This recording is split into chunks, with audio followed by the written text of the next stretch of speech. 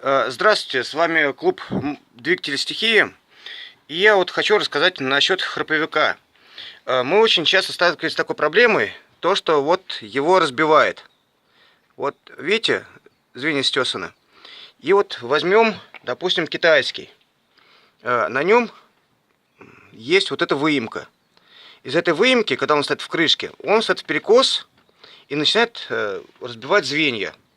Что мы сделали? Взяли вот холодная сварка, вот такую вещь. Как бы вот я замазал вот канал, отшлифовал, вот получилось целиковое.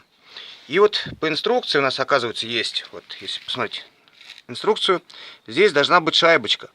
Многие эти шайбочки просто теряют, когда вынимают храповик. Как бы вот замазали, берем шайбочку, ставим. И, по идее, должен уйти перекос, и храповик должен заработать в полную мощность, как он должен был быть с завода. Ну, надеюсь, вам поможет эта информация. Или, как, может, сами что-нибудь додумать. Ну, большое спасибо. Если что понравилось, ставим лайки, подписываемся на наш канал.